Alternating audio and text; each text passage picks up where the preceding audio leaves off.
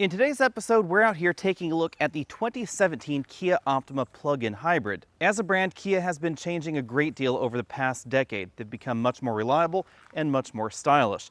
But now Kia is in a new phase, and they're trying to make their vehicles much more fuel efficient than they have been in the past. In order to help Kia meet their fuel economy targets that are mandated in California, the United States, and of course around the world, they're going to be launching a number of hybrid vehicles in the US. Among them are this brand new Kia Optima Plug-in Hybrid and of course the Kia Niro Hybrid that we recently reviewed. The front end of the plug-in model is instantly recognizable as an Optima and as a Kia, but there are some key differences between this and the other trim levels of the Optima. We have full LED headlamps in this top-end trim. They are optional, along with this LED daytime running lamp strip, no fog lamps down below. Helping differentiate this from the rest of the crowd, we get sort of a silver effect trim that runs right along between this tiger nose grille and the headlamp modules themselves. We get this blanked off section of the grille in order to help improve aerodynamics. That's possible because we don't need as much cooling in a hybrid. Then we have this blue strip running right here under the tiger nose grille because blue seems to be the color for efficient vehicles. The blue touches continue on the side of the vehicle where we get the blue trim around that Eco logo and the charging door, and then a blue strip running right there along the bottom of the vehicle. Out back we get more of that matte silver trim and yet again another blue strip right there across the bottom of the bumper. With the Optima plug-in, Kia seems to be taking a page out of Honda's playbook, and they've really made the Optima plug-in the range-topping model of the Optima. This will start at $35,210, as we will talk about in the pricing section, of course, but most importantly, there is only one option available, and it tops out at $40,460. It's obvious that Kia decided that this should be not only the most efficient Optima, but also one of the most luxurious and the most fully featured. That's a very different philosophy than we find in the Chevy Volt, the Ford Fusion Energi, or the Toyota Prius Prime.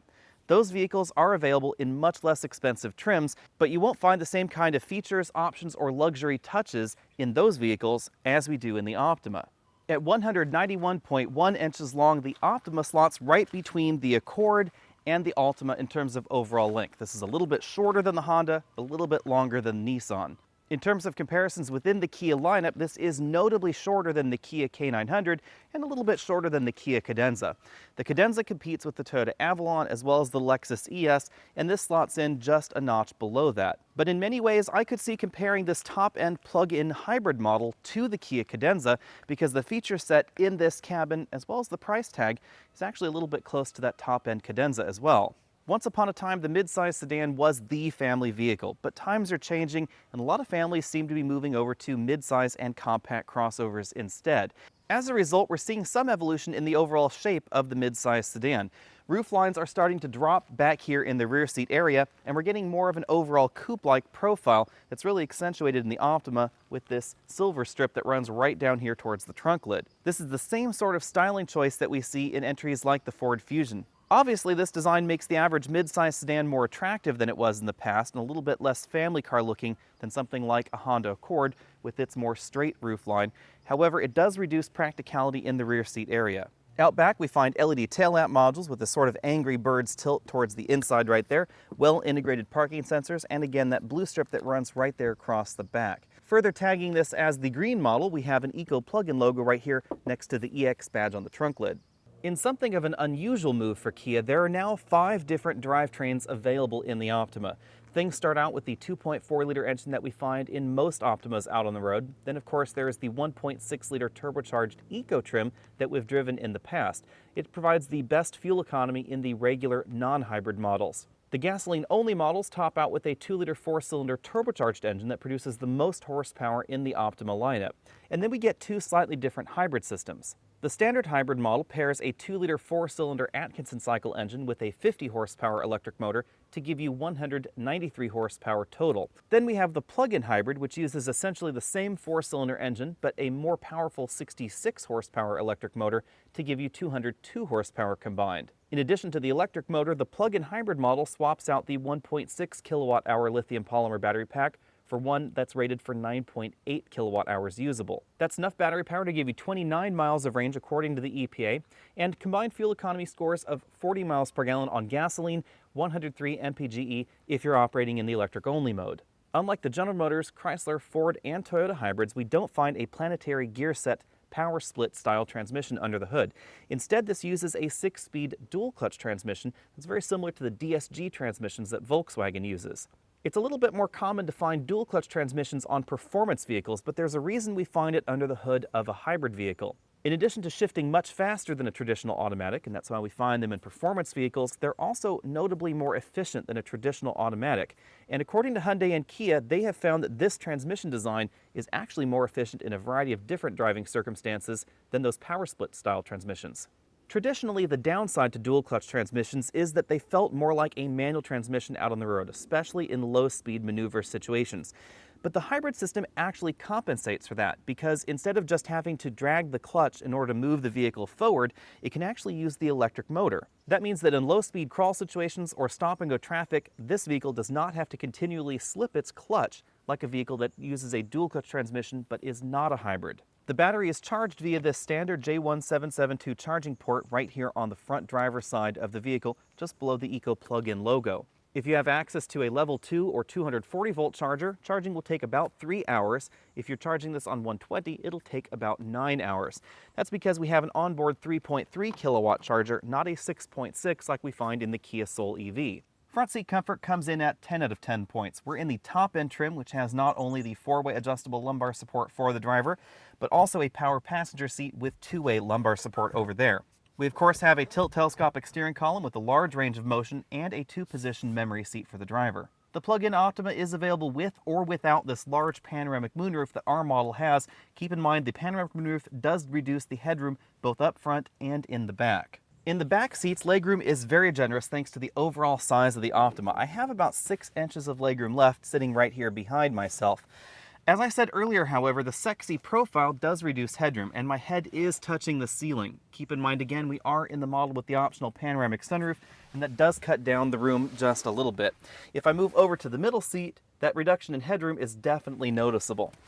On the other hand, if I move over to the right side of the vehicle, this front seat is all the way back in its tracks, and you can see that I still have about 3 inches of legroom left. The Optima gives us a little bit more headroom than we find in the Ford Fusion, and I could definitely slouch back here and make it a little bit more comfortable, but you will certainly find more headroom in something like a Honda Accord.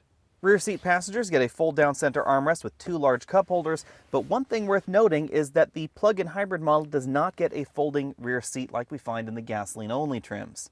On the one hand, that makes this rear bench seat a little bit more comfortable than the regular Optima, but it certainly also makes the Optima less practical. The larger battery pack in the plug-in hybrid model had to go somewhere, and that somewhere is right back here in the trunk. That means that under the cargo area load floor, instead of a spare tire, we find the hybrid battery pack. This also reduces the overall trunk capacity from 15.9 cubic feet down to 9.9. On the bright side, you'll notice that this cargo area is very flat, aside from this little raised section right back here at the back of the trunk.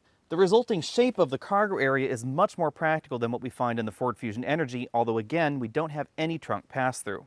As far as plug-in hybrids go, I'm going to give this 8 out of 10 points in our exclusive trunk comfort index. Obviously, we lose points because of the lack of the trunk pass-through and because of the lack of a spare tire. However, this trunk is overall very square, and that's definitely a benefit when it comes to actually putting cargo in the back. Because of the very eccentric shape of the Ford Fusion Energy's trunk, I had a much harder time putting actual baggage into the cargo area. We also have a very handy helper handle to help you close the lid. As you'd expect out of a range-topping model, we have this very large panoramic moonroof that I've mentioned before. We also have rear window shades and height-adjustable seat belts for both the driver and the front passenger. The front seats are both heated and ventilated. The rear seats are heated in this particular model, and the plug-in hybrid gets some unique perforations right here on the front seats. We get those sort of little hexagons right there in alternating patterns running down the seat. The front door panels are cast from a majority of soft touch plastics. We have this soft touch upper section, soft touch midsection, soft touch armrest, and then hard plastics lower right down here around the speaker grille and the storage cubbies. As we've come to expect out of Kia, in order to keep inventory low, there are only 2 different color options. There is this 2-tone gray interior that we're looking at right here, and there's also an all black interior.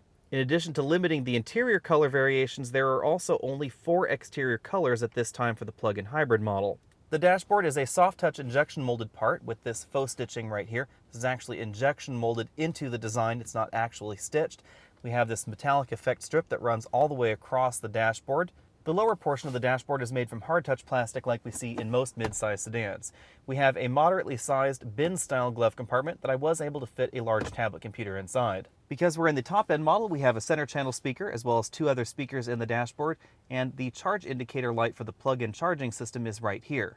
Below that, we find the Kia Uvo infotainment system, which supports Apple CarPlay and Android Auto. The system also provides a blend of traditional EV and hybrid information screens. We have an EV range indication, so it'll show you how far you can go on the electricity only. Right now, the vehicle believes we have about 26 miles of range, which is just about enough to take us in that circle. There's also an EV charging timer, so you can tell the vehicle to charge at a time that is less costly to you. You can find charging stations, find gas stations. We get an eco driving indication, which tells you how economically you're driving. Because we've been sitting here parked for a while, we're only at eco level 3. We then have a fuel economy screen, which shows you your current fuel economy in these time increments right here. And then you can also see your historical fuel economy, which has been very impressive for a vehicle that's only rated for 40 miles per gallon EPA. These 2 particular trips were done without any charging. You can see 23 and 35 miles without any charging, and we're up there in the 60s. The next 2 trips were done with charging, and we're right there around 70 miles per gallon. There's also an energy information screen where you can see what the hybrid system is doing, your typical hybrid power flow right there, as well as a battery information screen, which we typically see on more electric-only vehicles. Expected time to complete charging, total range, electric, and gasoline range separately. Below the infotainment screen, we find the vehicle start-stop buttons, some direct access buttons for the infotainment system, radio, media, UVO screen setup, the map right over there, as well as a power and volume knob and a tuning knob. And then below that, we find the controls for the dual-zone climate control system. As we see in other electric vehicles, the 2-zone climate control system features an Econ mode and a driver-only mode, which helps improve the overall efficiency. Below that, we have a storage cubby, which does not quite fit my large iPhone 7 Plus. This is where we find 2 power outlets, USB input, auxiliary input, and a small storage cubby. Moving back from there, we have a square storage area where you can either keep your smartphone right like that. You can also use that for juice boxes. 2 large cup holders, and then on the driver's side, we have a very traditional console shifter. Drive is all the way to the back, and we actually have a manual mode. We push away from the driver for up, pull towards the driver for down. That's again because this does use a dual clutch transmission, and you can actually manually shift it. Perhaps more interesting than a hybrid vehicle having a dual clutch transmission, this manual mode is a very aggressive manual mode. So it will not downshift for you even if you floor the vehicle, and it will really stay in those gears a long time, even if the vehicle is basically at redline. Working our way back from that, we have a heated steering wheel button, the active eco button, a button to change the drive mode between hybrid vehicle mode, charge mode, and electric vehicle mode. We then have the controls for the heated and ventilated seats in 3 different steps, an electric parking brake, and auto brake hold. This keeps the brake pressure on if you want to be at a stoplight but you don't want to keep your foot on the pedal. Between the front seats, we have a softly padded center armrest. This opens to reveal a large storage bin with a divider right there. You can easily put wallets, that sort of thing inside. And we also have an additional USB charge-only port inside that storage compartment. Then you'll find behind that 2 air vents for the rear passengers. The instrument cluster is a tweaked version of what we find in the gasoline-only Optima. Instead of a tachometer on the left, we have this charge, eco, and power gauge. The addition of color is a little bit interesting because most Kia models simply have a black face and a red dial. Below that, we have a battery charge indication gauge. The teal portion of the battery gauge more or less indicates where the plug-in EV system will operate, and then below that it defaults to a traditional hybrid mode. The multifunction display in the center of the cluster gives us our typical trip computer information, digital speedometer, as well as some hybrid and plug-in hybrid specific displays. For instance, the driving style, whether you're driving normal, economical, or aggressive. The energy flow display to tell you what the engine and battery are doing. We also have a total range screen that gives us the vehicle's range and the gasoline and electric range separately, as well as, of course, an average fuel economy display. This is also where you'll find turn-by-turn navigation directions, the status of the vehicle's safety systems, infotainment readouts. We have Apple CarPlay enabled right now. You can also get additional gauges like the engine temperature, distance to service, and tire pressure displays, as well as change certain vehicle settings. The 3-spoke steering wheel is one of Kia's standard designs. You'll find the buttons for the cruise control system over here on the right side, distance right over here because we do have the radar adaptive cruise control. This button and the toggle below it control that multifunction display inside the instrument cluster. Then you'll find infotainment, voice command, and dedicated phone buttons over here on the left. There are a few things you'll notice right away about the Optima when you take one out on the road. The first thing, of course, is that the electric motor goes through the 6-speed dual-clutch automatic transmission. Therefore, even though we're driving up this hill in electric-only mode, you can still feel the vehicle shift. That makes the Optima feel very different out on the road than any other midsize hybrid or plug-in hybrid sedan, with the exception of the Hyundai Sonata. And that's because the Sonata and the Optima use essentially the same hybrid and plug-in hybrid system. The arrangement of the electric motor in this drivetrain is very important to understand. Because the power flows from the electric motor through the dual clutch transmission to the front tires, when you're regenerative braking, it is going in the reverse direction. And that means as you're slowing down in this vehicle, you'll actually feel the transmission shift down and down and down as you come to a stop. Another interesting touch with this hybrid system is that I have a manual mode, and I can actually command a manual gear while we're in the electric mode. The other thing you'll notice about this vehicle out on the road is how relatively peppy it feels in EV mode, even though we have just about 60 horsepower under the hood. Obviously, if I command full acceleration, the vehicle does revert to a hybrid mode and it turns on the gasoline engine. And that's when we're going to get all 202 horsepower out of it. With all 202 horsepower working for me, we ran from 0 to 60 in 7.5 seconds. The 0 to 60 time is fairly comparable to the regular hybrid version of the Optima because we get a little bit more power to help compensate for the added weight. On the flip side, this is still one of the slower versions of the Optima. This goes from 0 to 60 just about as fast as the base Optima with its 2.4-liter naturally aspirated engine, and it is slower than both the 1.6-liter turbo and the optional 2-liter turbo. The added weight of the hybrid components and the eco-focused tires on this particular vehicle affect our braking score as well. We went from 60 miles an hour back to 0 in 124 feet, which is a little bit longer than the average base sedan in this category. That is also a little bit longer than top-end versions of the Ford Fusion Energi or the Honda Accord Hybrid because those use fairly wide tires for this segment. Again, this model uses 215 width tires, which are about the same width as the average entry-level mid-size sedan. The added weight of the hybrid system obviously affects the acceleration and the braking scores, but it also affects the handling. This is probably the least capable version of the Optima. The base version of the Optima with the same width tires and the base 2.4-liter engine does feel more nimble out on the road. That's not to say this model is sloppy. It still feels very buttoned down. It just doesn't have the same kind of grip that we find in the other versions of the Optima. You do have to give that up in order to get the high fuel economy. Compared to the other hybrids in this segment, this outhandles the Camry hybrid, but it does come in behind the Accord hybrid or the Ford Fusion Energi hybrids. Broadening the competition out a little bit, this feels more competent and more put together than the Chevy Volt or the Toyota Prius Prime. Helping the overall handling feel of the Optima, the battery is in the rear of the vehicle, and that has the effect of shifting weight from the front to the rear of the car overall, even though this weighs more than a regular Optima. Therefore, we actually have a slightly better balanced feel out on the road.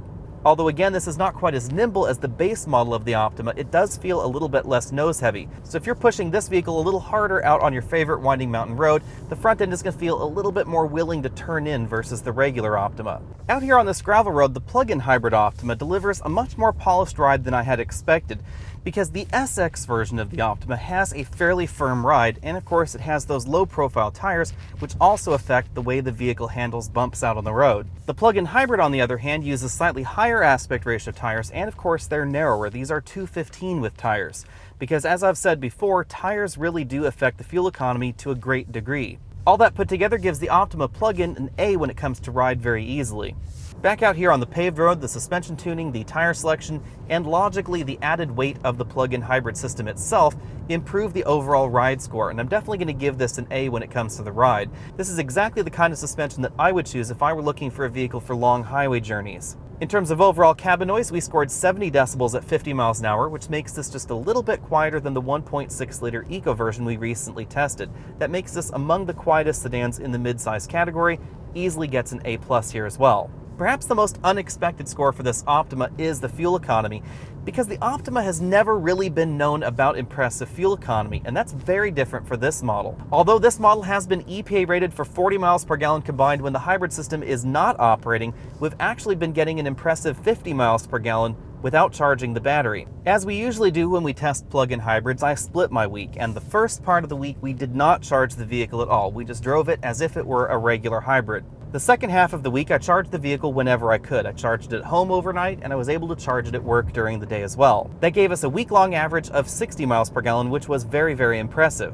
When you remember that my daily commute takes me up and over a 2,200-foot mountain pass, you'll understand how impressive these fuel economy numbers are. The Optima plug-in hybrid easily beats the Ford Fusion Energi, but what I think is a little bit more impressive is how close, relatively speaking, this comes to the Toyota Prius Prime. Obviously, the Prius Prime is going to be more efficient because it's lighter weight, it has less power under the hood, and it is definitely more economy-focused than even this Optima plug-in hybrid, but this comes a lot closer than I had expected. For 2017, the Optima Plug In Hybrid starts at $35,210, and there really is just one option, the option package that our model had, which takes the total on up to $40,855. On the surface of things, this looks like it's a $2,000 premium over the regular non-plug-in hybrid model. However, that's before you factor in the federal tax credit of $4,919 maximum and a maximum state incentive of $1,500. If you qualify for both of those, you'll end up at $28,791, which is actually less expensive than the regular hybrid. As always, there is a trade-off for getting the bigger battery pack. The battery pack weighs about 200 extra pounds in the vehicle, and that's why the EPA fuel economy score is a hair lower than the regular hybrid. On the downside, of course, we do lose the folding rear seat backs, and we lose some of that trunk capacity in order for that bigger battery to be back there. The Fusion Energi again starts in the SE trim, and as such is notably less expensive than the Optima plug-in. You'll also find bigger discounts at the Ford dealer than you will at the Kia dealer. Those deeper discounts can drive the price of the Ford Fusion Energi SE down to about $8,000 to $10,000 less than the Optima plug-in hybrid in its EX trim. Of course, you're going to get a lot less in that Ford Fusion Energi. You're also not going to go as far electric only, because the range for the 2017 Fusion Energi is 22 miles versus 29 in the Optima. Although Ford has been tweaking the Fusion over time and giving it nice features like the full leather dashboard available in the top-end Platinum trim and the latest Sync 3 infotainment system, the car overall is getting a little bit old, and it is really starting to show, especially in the interior design. The age of the vehicle is also showing in the less practical trunk shape in the Fusion Energi. The battery pack physically seems to take up more trunk room in the Fusion than it does in the Optima plug-in, and it's also located a little bit unusually in that trunk. It makes it a lot less convenient to put standard size luggage into the cargo area of the Ford. Also, despite the EPA numbers that would indicate the Fusion Energi is more efficient than the Optima plug-in, in our real-world testing it actually scored lower than the Optima plug-in. Perhaps the biggest advantage for buying the Fusion Energi over the Optima plug-in hybrid is handling. The Fusion handles absolutely excellently, and their top-end Energy models have very wide tires, much wider tires than you'll find in the Optima. We don't see those wide tires in the Kia Optima because Kia was very focused on fuel economy even in the top-end trims. On the other side, Ford was after optimum handling in the top-end trims of the Energi, and that does have a big impact on real-world fuel economy in the Ford. Before we move on, I should mention that there is no Accord plug-in hybrid anymore. There used to be, but it was a one-year model only, and instead of having an Accord plug-in, Honda has focused on the Clarity lineup, and there will be a Clarity plug-in, but we haven't driven one yet. Next up, we have the Toyota Prius Prime. You might be wondering why we're talking about a Prius. Well, we're talking about a Kia Optima mid-size sedan. The reason for that is, as I have said before, electrification makes for strange bedfellows. And at this point in time, there are only really three mid-size sedans with plug-in hybrid drivetrains. We have the Optima plug-in, the closely related Sonata plug-in, and of course that Ford Fusion Energi. That means that in my mind at least, a comparison to the Prius Prime is perfectly valid. The Prius Prime is the efficiency king in the United States. Whether you're talking EV efficiency or gasoline fuel efficiency, it is right at the top of the charts. It also is fairly inexpensive, starting at $27,100. That's about $8,000 less than the Kia Optima. Of course, you are getting a car that feels about $7,000 to $8,000 less expensive, especially in that base trim of the Prius Prime. We don't have the same kind of soft touch materials or the same kind of interior room or other features and functions that we do find in the Optima. In addition, the Prius Prime is considerably less powerful than the Optima. That means it's going to take longer to get from 0 to 60, and it's going to feel less peppy out on the highway. You'll also find less room inside the cabin because it is a Prius, and the Prius is not a mid-sized vehicle. The biggest difference is going to be in the legroom. We have 5 inches less combined legroom in the Prius Prime than the Optima, so if you're a family of taller people or people with longer legs, the Optima's cabin is going to be more comfortable. In addition to that, the passenger compartment in the Optima is wider than in the Prius Prime. So if you plan on putting child seats across the rear, they're going to fit a little bit better in the Kia. On the flip side, of course, you do get 54 miles per gallon on gasoline. That is 13 better than we find in the Optima Hybrid, and 133 mpge if you're operating on electricity. If you're looking for the vehicle that is the least expensive and the least cost to operate, it's definitely going to be the Prius Prime. It's just not going to be as luxurious or as engaging to drive as the Optima.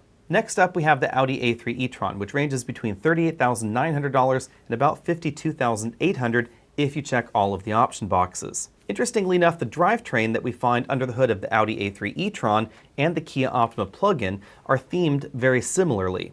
They both use dual clutch transmissions, and that is the big differentiator between the hybrid drivetrains that we find in the Audi and the Kia and the Hyundai models and the Ford and the Toyota models. The Ford and the Toyota models use a planetary power split style transmission, so the transmission feels more like a CVT while you're operating it, even though it's not a traditional CVT. And the Kia, the Hyundai, and the Audi models use a dual clutch transmission, so it feels more like a manual transmission or a traditional automatic. Dual clutch transmissions can feel a little bit rough around the edges in certain driving situations. However, adding the hybrid system actually solves that problem. The reason for that is that dual clutch transmissions have to slip the clutch in order to connect the engine to the drive wheels. However, the hybrid systems add an electric motor, and that electric motor gives you that low-speed crawl ability without ever involving the engine. It also has the effect of really smoothing out those clutch transitions. The Audi A3 e-tron has been out for a while, and it is showing because we only get 16 miles of EV range versus 29 that we find in the Optima Hybrid. Overall fuel economy is also notably lower, 34 miles per gallon combined for the Audi, 40 miles per gallon combined for the Kia, and electric-only efficiency is notably lower as well. It's about 20% lower, 83 mpge versus 103. As we've come to expect from Audi, handling in the A3 is absolutely excellent, and it has that very practical hatchback form.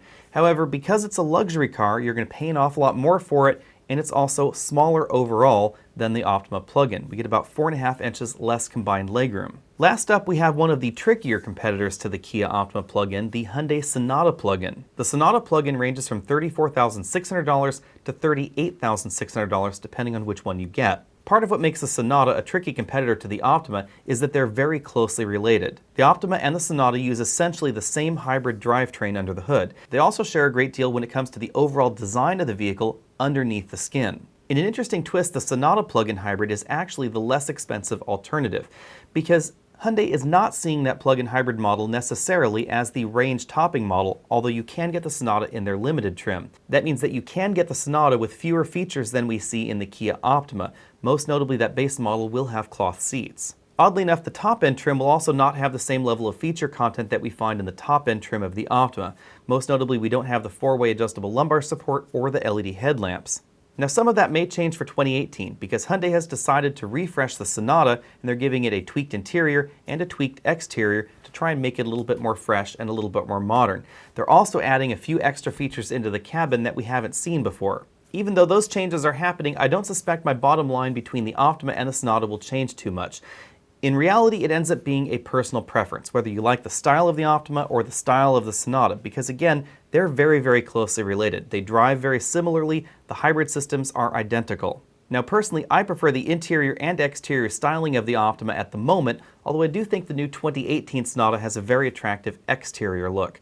The interior of the 2018 Sonata is still definitely a little too restrained for my tastes. I definitely prefer the Optima's interior to the Sonata, but it's really hard to go wrong with either of those models. My bottom line with the Optima Hybrid is that this is my top pick for a plug-in hybrid under $40,000. I think it's worth the difference between a C-Max Energy or a Toyota Prius Prime up into the Optima plug-in hybrid for the creature comforts, the more comfortable cabin, the better looking cabin, etc.